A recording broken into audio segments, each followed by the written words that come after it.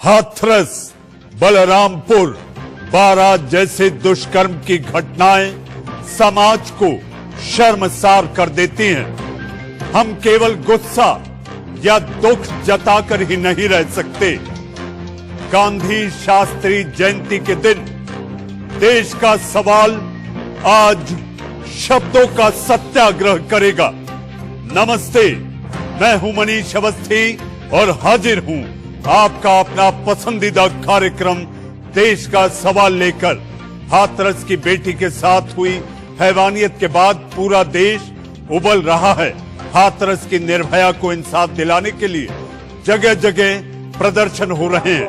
शहर शहर हाथरस की निर्भया को जल्द इंसाफ दिलाने की मांग तेज हो रही है। आज प्रियंका गांधी दिल्ली के वाल्मीकि मंदिर गई। यहां जाकर प्रियंका गांधी ने हाथरस की निर्भया को इंसाफ दिलाने की मांग की। खबर आ रही है कि इस मामले को लेकर हाथरस डीएम, आईजी और एसपी पर कार्रवाई भी हो सकती है। लेकिन इस बीच सवालों में घिरे हाथरस के प्रशासन और पुलिस की हरकतें काफी संदिग्ध दिखाई दे रही हैं। पुलिस और प्रशासन की तरफ से पीड़ित के गांव में पहरा लगा दिया गया है। हवाला धारा 144 और कोरोना का दिया जा रहा है। लेकिन पुलिस प्रशासन के इस फैसले के बाद कई सवाल उठ रहे हैं। सवाल है कि हाथरस में पीड़ित के परिवार पर प्रशासन ने पहरा क्यों लगाया। सवाल आपके टीवी स्क्रीन पर। क्या हाथरस प्रशासन किसी बात पर पर्दा डाल रहा है? हाथरस की पुलिस को किस बात का डर है? पीड़ित के परिवार पर दबाव क्यों बना रहा है प्रशासन? क्या हाथरस में कानून को भी कोरोना हो गया है? इन्हीं सभी सवालों पर हम चर्चा और बहस करेंगे। इसका जवाब ढूंढने की कोशिश करेंगे। लेकिन आप उससे पहले देखिए हमारी ये रिपोर्ट।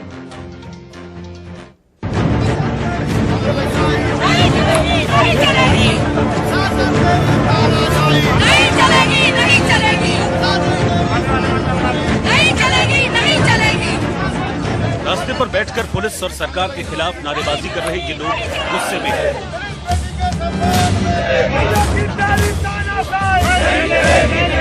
और इनके गुस्से की वजह भी जान लीजिए। टीएमसी सांसद ममता ठाकुर हाथरस में पीड़ित परिवार से मिलने जाना चाहती थी, लेकिन पुलिस ने उन्हें रास्ते में ही रोक लिया, जिसके बाद टीएमसी नेता और कार्यकर्ता सड़क पर बैठ गए और जमकर नारेबाजी की। टीएमसी सांसद डेरेक ओब्रायन भी इन लोगों के साथ मौजूद थे। Why didn't they do it?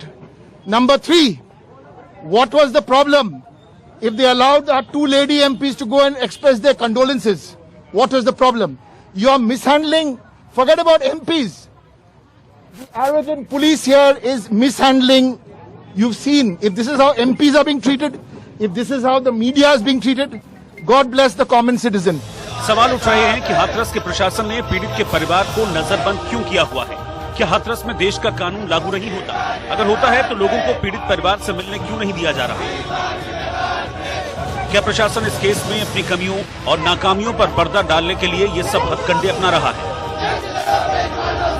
ये सवाल इसलिए क्योंकि हाथरस के डीएम प्रवीण लक्षकार का एक वीडियो वायरल हो रहा है, जिसमें डीएम साहब पहले से पिस रहे पीड़ित के परिवार को अपनी हेकड़ी दिखा रहे हैं, उसे डरा रहे, धमका रहे। सुनिए क्या कह रहे हैं हाथरस के डीएम। आप अपनी विश्वसनीयता खत्म मत करिए। तो मीडिया वाले मैं आपको बता दूं, आज अभी आधे चले गए, कल सुबह तक आधे और निकल जाएंगे, 2-4 बचेंगे कल काम। तो हम आपके साथ खड़े। अब आपकी इच्छा, आपको बार-बार बयान बदलना नहीं बदलना है, अभी हम भी बदल जाए कि नहीं।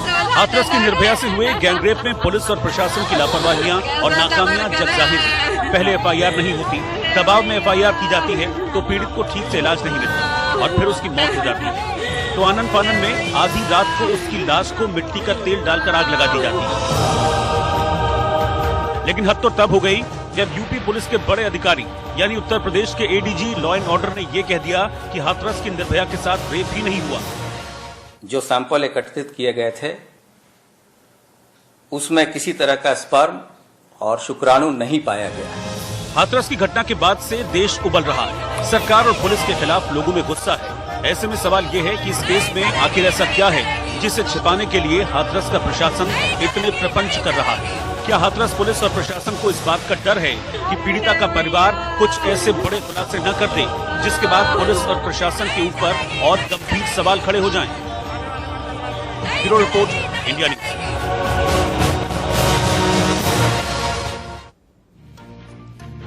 एसआईटी की जांच जारी है। जी हां, आपने हमारी रिपोर्ट में देखा, एसआईटी की जांच जारी है, लेकिन मीडिया के लिए रास्ता अभी बंद है। इसी पर ताजा जानकारी और बातचीत करने के लिए हम सीधे आपको लिए चलते हैं हाथरस, जहां पे हमारे संवाददाता ऐश्वर्य जैन मौजूद हैं। ऐश्वर्य, इस समय वहां पर क्या हालात हैं? जुबान बंद करो, कैमरा बंद करो।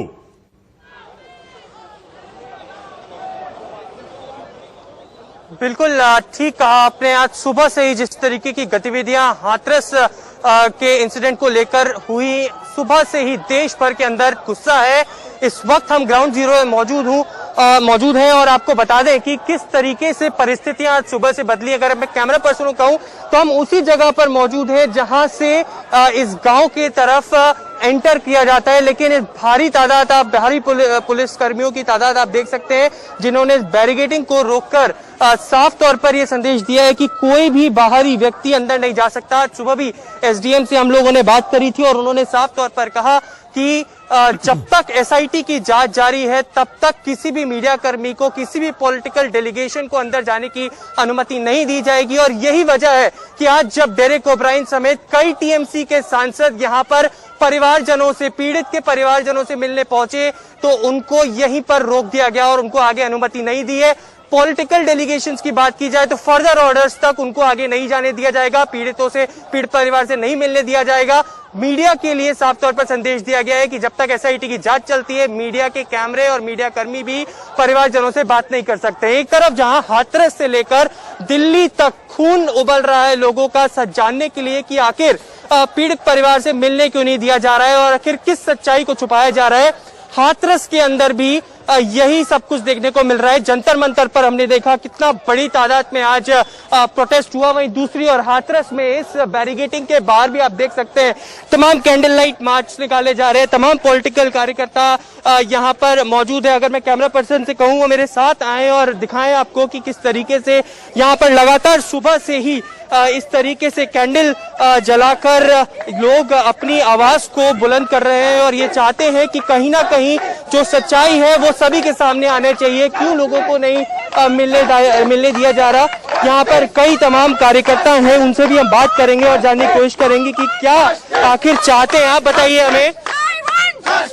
जस्टिस के आप नारे लगा रहे हैं। आज सुबह से ही ना तो किसी पॉलिटिकल डेलीगेशन को यहाँ पर अंदर जाने दिया गया है, ना मीडिया को अंदर जाने दिया जा रहा है। क्या आपकी मांग है और कब तक आप यहाँ धरने पर रहेंगे? जब तक ये हमें पीड़ित के परिवारजनों से मिलने नहीं देंगे तब तक हम यहाँ बैठे हुए हैं।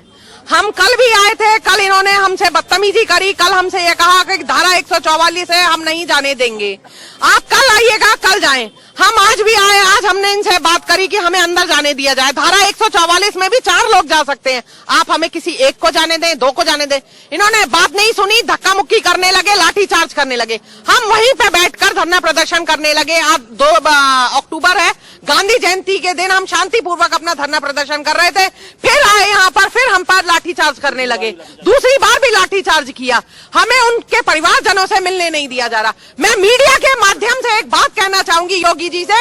योगी जी, जब आप ये कह रहे हैं, आपकी सरकार ये कह रही है, सत्ता पक्ष में बैठे हुए आप लोगों के सरकारी अधिकारी ये कह रहे हैं कि बलात्कार नहीं हुआ, तो 25 लाख रुपए और मकान किस बात का दिया जा रहा है? क्या ऐसी बात है कि क्यों छुपाया जा रहा है? क्यों नहीं हमें जाने दिया जा रहा है? क्यों नहीं मीडिया कर्मियों को जाने दिया जा रहा? खास तौर पर धारा 144 यहाँ पर लगा दी गई है और उसी के बाद यहाँ पर किसी भी मीडिया कर्मी को भी अंदर इजाजत नहीं दी। और कल भी हमने ये देखा, जब राहुल गांधी और प्रियंका गांधी हाथरस की तरफ कूच किए थे तो उनको भी ग्रेटर नोएडा की तरफ रोक दिया गया था।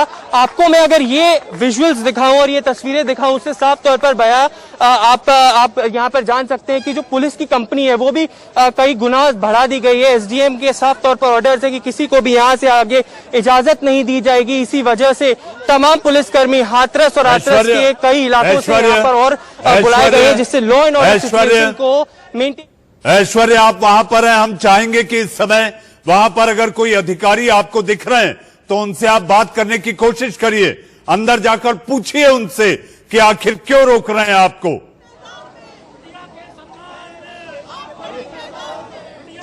साफ तौर पर आप देख सकते हैं, हमने सुबह भी ये कोशिश करी और मैं एक बार फिर कोशिश करूंगा अंदर जाने की और बात करने की। यहाँ पर तमाम उन पुलिसकर्मी हैं कि उनको क्या दिशा निर्देश दिए गए हैं और क्यों मीडिया कर्मियों को यहाँ पर अलाउ नहीं किया जा रहा है। मेरे को यहाँ पर अभी हाल फिलहाल सिर्फ पुलिस का बल दिख रहा है, लेकिन फिर भी मैं कई यहाँ पर जो पुलिसकर्मी है उनसे एक बार पूछने की कोशिश करूंगा कि यहाँ पर क्यों मीडिया कर्मी को अलाउ नहीं किया जा रहा है। सर, आप इतना सा बता दीजिए कि क्या आपको निर्देश दिए गए हैं और क्यों मीडिया को और बाकी पॉलिटिकल डेलीगेशंस को अंदर पीड़ित परिवार को मिलने की इजाजत नहीं दी गई? कुछ भी आपको जो आपको निर्देश दिए गए हैं आप वही हमें बताने की कोशिश करें। देखिए, पूरी तरीके से साफ तौर पर यहाँ पर किसी भी तरीके से पुलिस हमसे बात करने को तैयार नहीं है। जो अधिकारी हैं वो भी यहाँ पर मौजूद अभी हमें यहाँ नहीं दिखाई दे रहे हैं, लेकिन निर्देशों का पालन कर रहे हैं। साफ तौर पर ये कहना है, आप देख सकते हैं एडीएम एसडीएम की गाड़ियां यहाँ पर मौजूद हैं। इसके अलावा सुबह सीओ और तमाम वो पुलिसकर्मी जिन्होंने निर्देश दिए थे वो भी यहाँ पर आए हैं। उनसे भी बात करने की कोशिश करी, लेकिन उन्होंने भी हमें जवाब नहीं दिया है। मैम, आपसे मैं पूछना चाहूंगा, बस इतना सा बता दीजिए कि क्या निर्देश आए हुए हैं आप लोगों को और क्यों नहीं आगे इजाजत दी गई है? I am not authorized to any comment. साफ तौर पर नो कमेंट्स करते हुए ये बात उन्होंने रखी है कि हम अभी किसी भी तरीके से बात नहीं करेंगे। लेकिन सुबह जब एसडीएम से बात की थी, उन्होंने साफ तौर पर कहा था जब तक एसआईटी की जांच चल रही है मीडिया को अलाउ नहीं किया जाएगा। और इसीलिए कई सवाल उठ रहे हैं कि क्या सच्चाई है और क्यों इस सच्चाई को छुपाया जा रहा है। अगर कुछ है तो वो सामने क्यों नहीं? ऐश्वर्य, पुलिस बेटियों की लाज तो बचा नहीं सकी, लेकिन बेटी की जुबान कट गई तो गूंगी जरूर हो गई। ऐश्वर्य, आपने ये जानकारी ग्राउंड जीरो से दी, आपका बहुत बहुत धन्यवाद। जी हाँ, आइए आगे बढ़ते हैं हम अपनी बहस की ओर। देश का सवाल, जी हाँ, इसी बात को लेकर है बवाल, इसलिए मचा है ये देश का सवाल। हमारे साथ मेहमानों का पैनल है। पैनल में चिर परिचित चेहरे आपके टीवी स्क्रीन पर अपनी अपनी बात रखेंगे, अपनी अपनी राय रखेंगे। लेकिन हाँ, राय रखते वक्त आप लोग ये जरूर ध्यान रखिएगा कि मसला व्यक्तिगत ना हो, मसला चिंतनीय है। राजनीतिक दल कोई भी हो, घिनौनी सियासत ना हो। ये देश के सवाल का मंच है। आपको लाखों करोड़ों लोग सुनेंगे, आपसे सवाल पूछने का हक है, तो जवाब भी संजीदगी से दीजिएगा।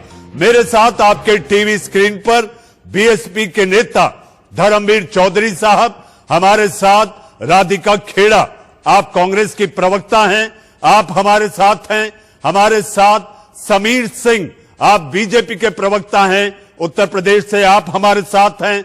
हमारे साथ वयोवृद्ध राजनीतिक विश्लेषक, जिन्होंने लगभग 50 से 60 ऐसे बसंत सियासत के देखे, उन्होंने उतार चढ़ाव देखी है देश की सियासत में, ऐसे सुनीत चोपड़ा साहब हमारे साथ हैं।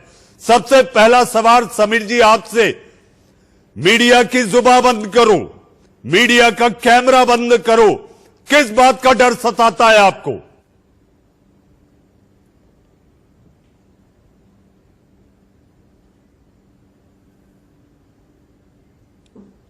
समीर जी, आपको मेरी आवाज आ रही है?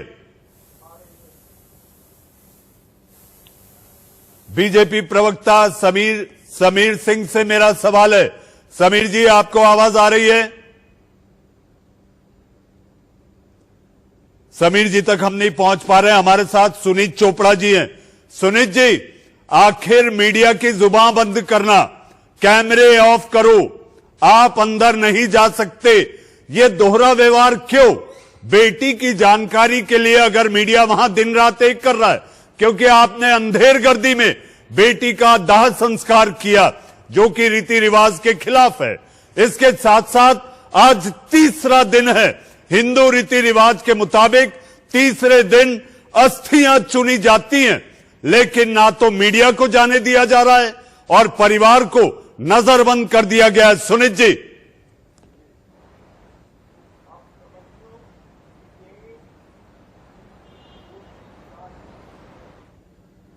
इनकी दोगली राजनीति को दर्शाता है कि किस तरह से उत्पीड़ित को अपराधी दिखाना। मैंने पहली बार देखा है ये हिंदुस्तान के इतिहास में अंग्रेज के राज के बाद। दुख की बात है कि आज अंत्योदय को रास्ता देने वाले महात्मा गांधी का जन्मदिन है। उस दिन जो लोगों को अंत्योदय के फूल और फल मिलने चाहिए थे, उनके ऊपर अपराध किए जा रहे हैं, उन पे हमले किए जा रहे हैं, उनकी बेटियां सुरक्षित नहीं हैं। और उसके बाद भगवे कपड़े पहनने वाले मुख्यमंत्री के प्रांत में हिंदू धर्म को कुचला जा रहा है। बाप को बेटी की अपनी जो आखिरी झलक नहीं देख पाते, आग लगा के भेज देना था, वो नहीं दिया जा रहा। मैं तो बड़ा दुखी हूं आज। मेरे को उम्मीद नहीं थी कि मेरे देश में ये होगा। जी जी, और हुआ है तो हम ये कह देते हैं कि अगर हमारे देश में ये हुआ है तो जवाब लेके रहेंगे।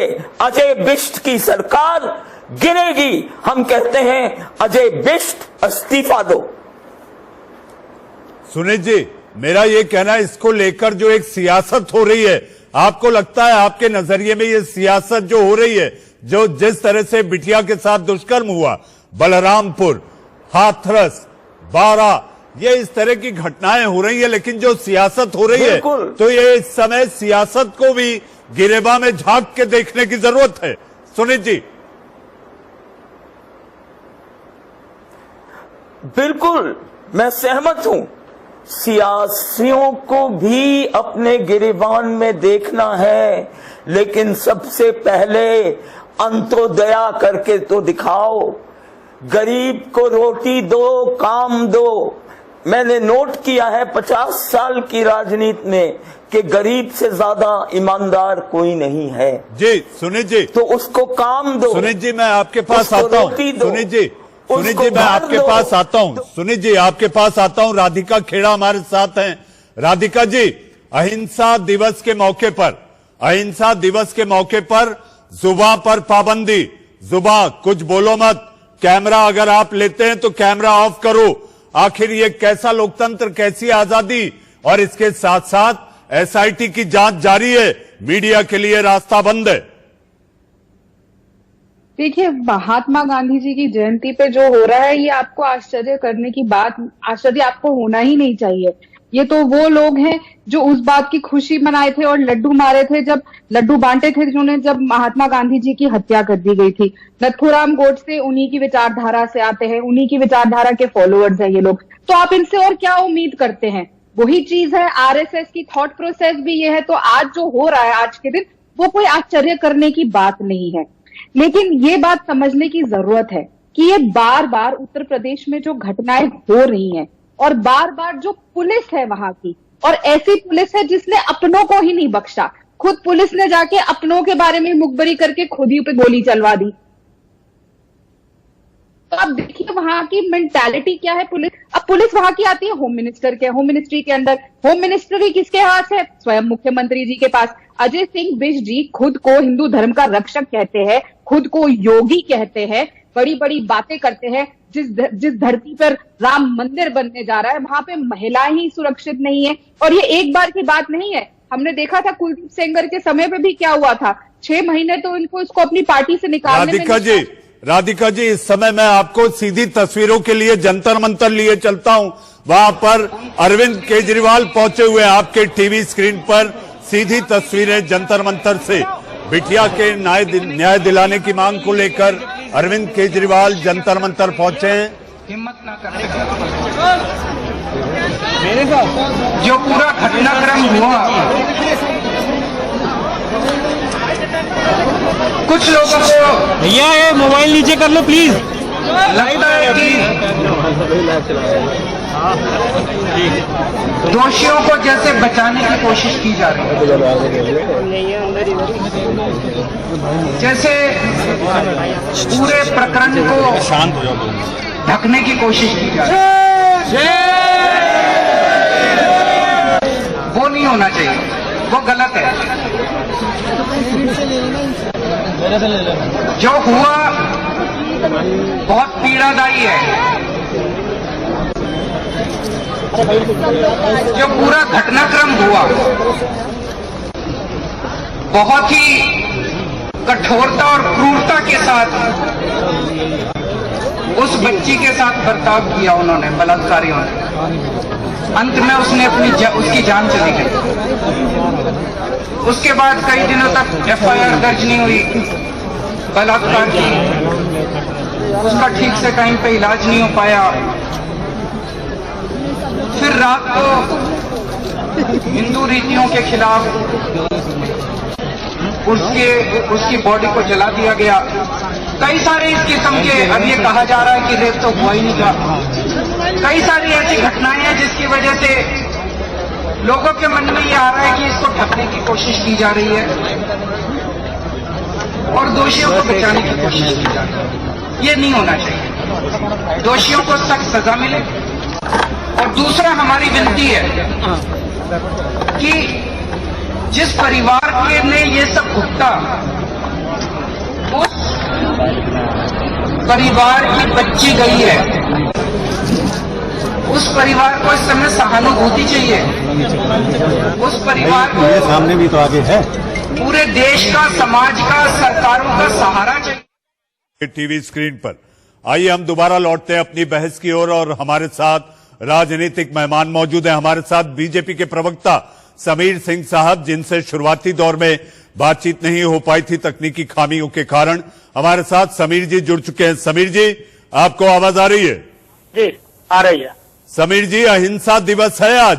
अहिंसा दिवस में आखिर सरकार को किस बात का डर लगता है?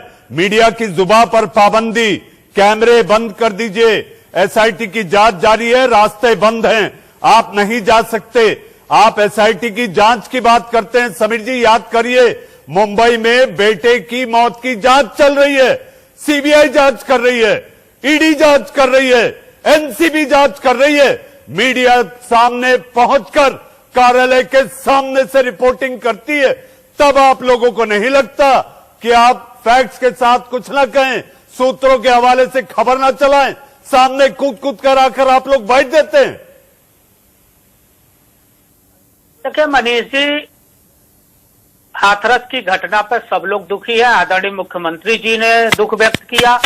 आदरणीय मुख्यमंत्री जी ने हाथरस की घटना पर पीड़ित को न्याय देने के लिए कहा है और उन्होंने फास्ट ट्रैक कोर्ट बनाया, मुलजिमों की गिरफ्तारी हुई। अभी मैं कांग्रेस के प्रवक्ता और राजनीतिक विश्लेषक को सुन रहा था, मुझे इस बात की चिंता लगती है, इस बात का दुख होता है मनीष जी कि कांग्रेस की प्रवक्ता को बाकी देश के अंदर, उनके कांग्रेसी राज्यों में, राजस्थान के अंदर 2 दिन के अंदर 18 बलात्कार होते हैं, नहीं दिखता है। उत्तर प्रदेश के अंदर एक हाथरस की घटना को उनको लगता है कि वहां मीडिया को नहीं रोका जाता। समीर जी, वहां मीडिया को नहीं रोका जा रहा है। आप मेरा सवाल समझे, आप मेरा सवाल समझे समीर जी, मीडिया को नहीं रोका जा रहा। जवाब तो सुन लीजिए, जवाब तो सुन लीजिए, करते हुए जवाब तो सुन लीजिए मनीष जी। जी दीजिए। देखिए 14 तारीख की घटना है मनीष जी। 14 तारीख को पीड़ित, समीर जी की आवाज में कोई तकनीकी खामी है। धर्मवीर चौधरी जी, चाय पीने से काम नहीं होगा। इस समय मीडिया को लेकर जिस तरह से वहां पर दूर रखा जा रहा है, परिवार को नजरबंद किया है, और इसके साथ साथ धर्मवीर जी, आप भी जानते हैं, हिंदू रीति रिवाज के मुताबिक आज तीसरा दिन है, अस्थियां अभी भी वहां पड़ी है, परिवार वाले अस्थियां नहीं चुन पाए हैं। मनीष जी, ये भारत के लोकतंत्र के लिए काला अध्याय है। योगी आदित्यनाथ की सरकार का ये काला कारनामा।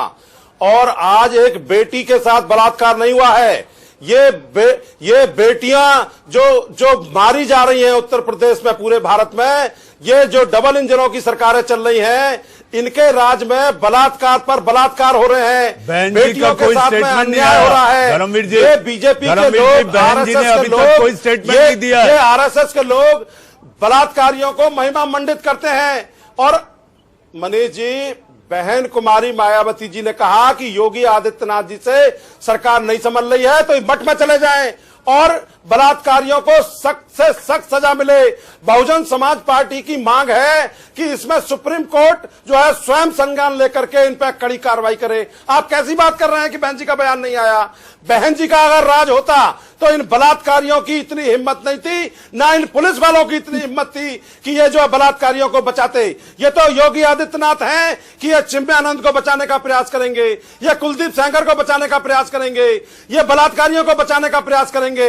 मनीष जी, मुझे आप बताइए, मैं पूरा देश आपके चैनल को देख रहा है कि क्या परिस्थितियां थी कि 8 दिन तक उस बेटी के बयान नहीं लिए गए, 8 दिन तक जो है एक मुकदमा दर्ज नहीं हुआ। इनका बीजेपी का विधायक गाजियाबाद का लोनी का नंद किशोर कह रहा है कि डीजीपी के ऊपर और डीएम और एसपी के ऊपर हत्या का केस दर्ज होना चाहिए। तो ये प्रदेश में क्या चल रहा है? क्या प्रदेश में कुछ हिस्सों में आपातकाल लगा हुआ है? वहां बेटी नहीं जा सकती, बहन नहीं जा सकती, राधिका खेड़ा, रिश्तेदार नहीं राधिका जा सकते। जी, क्यों राधिका जी, क्यों ये कानून राजस्थान में अगर रेप है तो वो थोड़ा कम वाला है, यूपी में है तो वो विभत्स है। ये कैसी बेतुकी तुलना है? बिल्कुल, और बहुत घटिया सोच है ये जब आप रेप को कंपेयर करने लगते हैं कि यहाँ पे रेप हुआ, आप ही के मुख्यमंत्री ने किया है, आप ही के मुख्यमंत्री ने किया है। राधिका जी, अगर आपको पता होगा, अशोक गहलोत जी ने कहा है कि यहाँ जो रेप है वो रेप कम मात्रा वाला है, यूपी का जो है वो विभत्स है। ये तुलना शर्मनाक है। देखिए, जो वहां पे सिचुएशन हुई है, वो लड़की का बयान लिखा गया, लड़की ने एफआईआर में कुछ कहा, मैजिस्ट्रेट के सामने कुछ कहा, उसकी भी जांच होगी। अगर उसको किसी चीज का दबाव था, किसने दबाव डाला, उन दोषियों को भी सजा दी जाएगी। अगर ऐसा कुछ है, हर चीज की जांच करी जाएगी। लेकिन सवाल ये उठता है कि उत्तर प्रदेश में पहले 8 दिन एफआईआर लॉन्च नहीं होती। अरे राधिका जी, राहुल गांधी जी को और प्रियंका वाड्रा जी को कह दीजिए कि राजस्थान में जो रेप हो रहे हैं, जरा वहां भी घुमाएं 2 दिन जाकर के, वहां पर भी चले जाएं, उन पीड़ितों का भी आंसू पहुंच रहे हैं। क्यों प्रियंका गांधी जी यहाँ पर वाल्मीकि समाज के मंदिर में बैठी हैं? क्यों राजस्थान में नहीं चली जाती हैं? उत्तर प्रदेश में आप बार बार जा रहे हैं। ये सस्ती राजनीति करना कांग्रेस कब बंद करेगी? मुख्यमंत्री थी, अखिलेश यादव जी है, वो वहां नहीं है। क्या रोक रहा है इन नेताओं को कि वो सड़कों पे उतरे? क्यों नहीं उतर रहे? जब तक सब मिलकर सड़कों पे नहीं उतरेंगे, उत्तर प्रदेश की बेटियों को कैसे न्याय मिलेगा? क्यों राजस्थान नहीं जाती है? क्यों पीड़ित पक्ष के आंसू नहीं पहुंचते हैं? उसके बाद उनको सांत्वना नहीं देती जाकर? ये आपका केंद्रीय नेता तो क्या कर रहा है? राधिका जी, धर्मवीर जी, राधिका जी, अब वक्त है हेडलाइंस का। हेडलाइंस के बाद मैं लौटूंगा और फिर आप लोगों से पूछूंगा कि आखिर ये पर्दा डालने की कोशिश है, क्या सबूत मिटाने की कोशिश के तहत ना तो आपने बिटिया को उनके परिवार वालों को दिखाया और ना ही मीडिया को अब उन परिवार वालों के करीब जाने दिया जा रहा है। हेडलाइंस आपका इस अहम चर्चा में फिर एक बार स्वागत है और हमारे साथ मेहमानों का पैनल बना हुआ है। हमारे साथ राधिका खेड़ा, आप अपनी बात पूरी करें, उसके बाद मैं वेद भूषण जी के पास जाऊं कि आखिर एडीजी एसपी ऐसा क्यों कह रहे हैं कि ना तो कोई दुष्कर्म हुआ ना हड्डी टूटी। राधिका जी, आप अपनी बात रखें और अपनी बात जो मैंने आपसे सवाल किया उसका जवाब चाहता हूं। देखिए, यही तो सवाल है पूछने का। ये जो बार बार आके चीजें कह रहे हैं, चाहे वो वहां पे पुलिस वाले हो जो अंतिम संस्कार के पहले परिवार के पास पहुंचे, वीडियो वायरल हुआ था और कह रहे हैं इसमें गलती आप लोगों की भी है। लड़की के माँ बाप को ऐसे समय पे पुलिस वाले ये बात कह रहे हैं, जबकि उनको जाके पूछना चाहिए कि आपको लाइसेंस की जरूरत है, हथियार के लाइसेंस की जरूरत है अपनी प्रोटेक्शन के लिए, यहाँ पे पुलिस वालों की प्रोटेक्शन की जरूरत है, आपकी हम क्या मदद कर सकते हैं। वहां जाके आप बेटी के परिवार को कह रहे हैं कि आप लोगों की गलती है, उसके बाद आप बेटी के माँ बाप को अंतिम संस्कार नहीं करने देते। रात के अंधेरे में हिंदू संस्कृति के विरुद्ध जाके, हमारे धर्म के विरुद्ध जाके, एक योगी के राज में ऐसी चीज हुई है, खौफनाक चीज। उसके बाद आप बार बार डीएम कभी कुछ कह देते हैं, उसके भाई को आज भाग के आना पड़ा मीडिया से पास बात बताने को कि कैसे उसके ताऊ को पीटा गया। बार बार खुलेआम डीएम धमका रहे हैं, बोल रहे हैं कि कोरोना से बेटी मरी होती तो आपको कॉम्पेंसेशन नहीं मिलता। ये कोई शब्द है? इनको किनका संरक्षण है? राधिका जी, कैसे ये लोग ये बात बोल पा रहे हैं? कोई राधिका, मेरा सवाल आपसे, राहुल गांधी प्रियंका गांधी वाड्रा को 12 का रास्ता नहीं पता था, हाथरस चूंकि नजदीक था तो पहले ये चुन लिए, ये कहना चाहती हैं आप? देखिए, हाथरस में जो हो रहा है वो आपके सामने है, बार बार ये वीडियो सामने आ रहे हैं।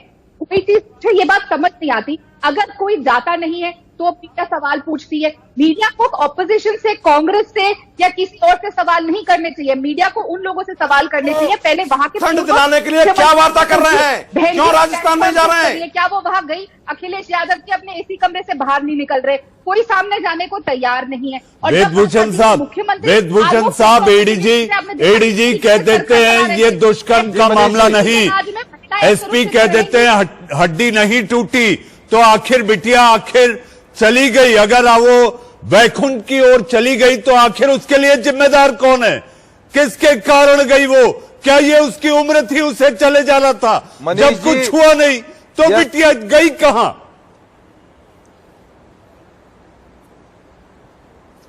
मनीष जी, धारा 302 और 376D गैंगरेप के तहत यह मुकदमा दर्ज है। इससे हीनियस ऑफेंस आईपीसी में कोई भी नहीं है। जहां तक एक एसआईटी बनी है जिसको 7 दिन के अंदर अपनी रिपोर्ट देनी है, और ये मामला हाई कोर्ट इलाहाबाद के अंदर विचाराधीन है, तो एसआईटी की जिम्मेदारी है जल्दी से जल्दी जो भी फैक्ट इन्वेस्टिगेशन में आते हैं उन तमाम की एक रिपोर्ट इलाहाबाद हाई कोर्ट में पेश करनी है। मीडिया को कोई जाने से नहीं रोक रहा, पर इन्वेस्टिगेशन में उनका जाना या उनके कैमरे का होना वहां उनके लिए एक रुकावट पैदा कर सकता है। सरकारी कैमरे होते हैं, मुंबई में वीडियोग्राफी होती है, उसमें गवाहों के बयान जाएंगे, को दोबारा मेरा आपसे एक सवाल है, मुंबई में सीबीआई जांच कर रही है, ईडी जांच कर रही है, एनसीबी जांच कर रही है, ये मुंबई में लागू नहीं होता। मुंबई के इशू को कंपेयर, मनीष जी, हाथरस के केस में और मुंबई के केस में बिल्कुल अलग अलग तरह के केस हैं। वहां पर जो है वो बच्चा 12 साल का बयान दे रहा है, डीएम ने जो है समस्या है, पीड़िता के ताऊजी के सीने पर लात मारी और वो बेहोश हो गया। आप कैसी बात कर रहे हैं? देंगे मीडिया को यहाँ भी राजनीतिक लोगों को नहीं जाने दिया जा रहा, पत्रकारों को नहीं जाने दिया जा रहा, उनका परिवार के लोगों को नहीं दिया जा रहा। समीर जी, अगर आपको मेरी आवाज आ रही है, समीर जी आपको मेरी आवाज आ रही है,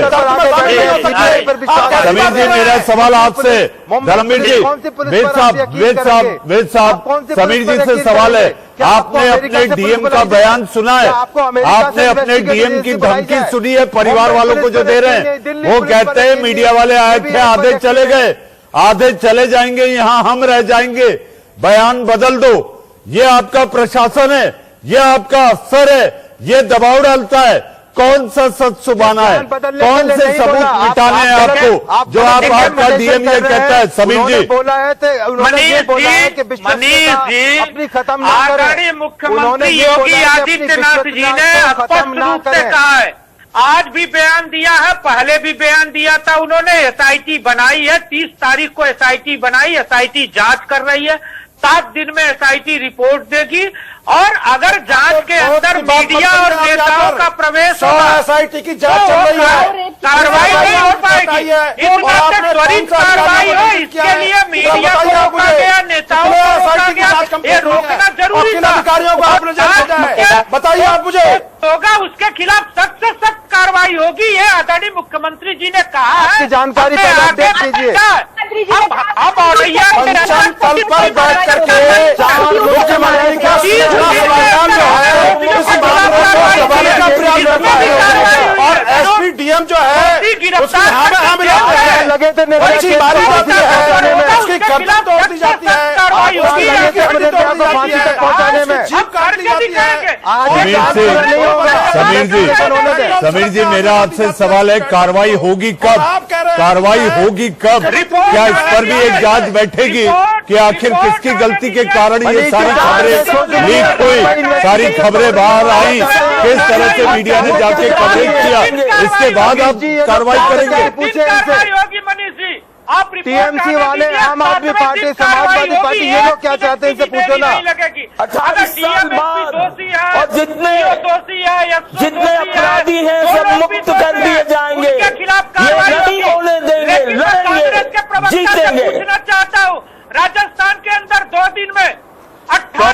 4 अरेस्ट हो चुकी है, आपकी जानकारी के लिए। राजस्थान 4 अरेस्ट हो चुकी है, जेल के अंदर है, इन्वेस्टिगेशन जारी है। 90 दिन का टाइम देती है एक छोटा सा सवाल, मुझे ये देश का सवाल कार्यक्रम खत्म करना है। वेद साहब मनीष जी, 90 डेज का टाइम कानून देता है। धर्मवीर जी आप रुकिए, धर्मवीर चौधरी आप रुकिए। मेरा एक छोटा सा सवाल है जो मैं समीर सिंह से करना चाहता हूँ। समीर जी ये बताइए, योगी के सपनों को आखिर आपके कौन से प्रशासन के अधिकारी हैं जो चकनाचूर करना चाह रहे हैं? अगर योगी जी सोचते हैं माताएं बहनों की सुरक्षा सुनिश्चित की जाएगी, तो आखिर वो अधिकारी क्यों नहीं दंड के पात्र हैं और तुरंत क्यों नहीं किया जा रहा जो योगी जी के सपनों को चकनाचूर कर रहे हैं? एक लाइन में जवाब दीजिए। नहीं, देखिए मनीष जी, योगी जी के सपनों को कोई चकनाचूर नहीं कर रहा है, योगी जी के सपनों को कोई नहीं रोक रहा है। योगी जी एक उत्तर प्रदेश के सशक्त और मजबूत मुख्यमंत्री हैं। और रही बात हाथरस की घटना की, एसआईटी की जांच की रिपोर्ट आने दीजिए। कोई कितना भी ताकतवर अधिकारी होगा उसके खिलाफ पूरे देश ने देखा है पिछले दिनों सशक्त और मजबूत है, ये पूरा देश जानता है। अपराधियों पर कार्रवाई करते हैं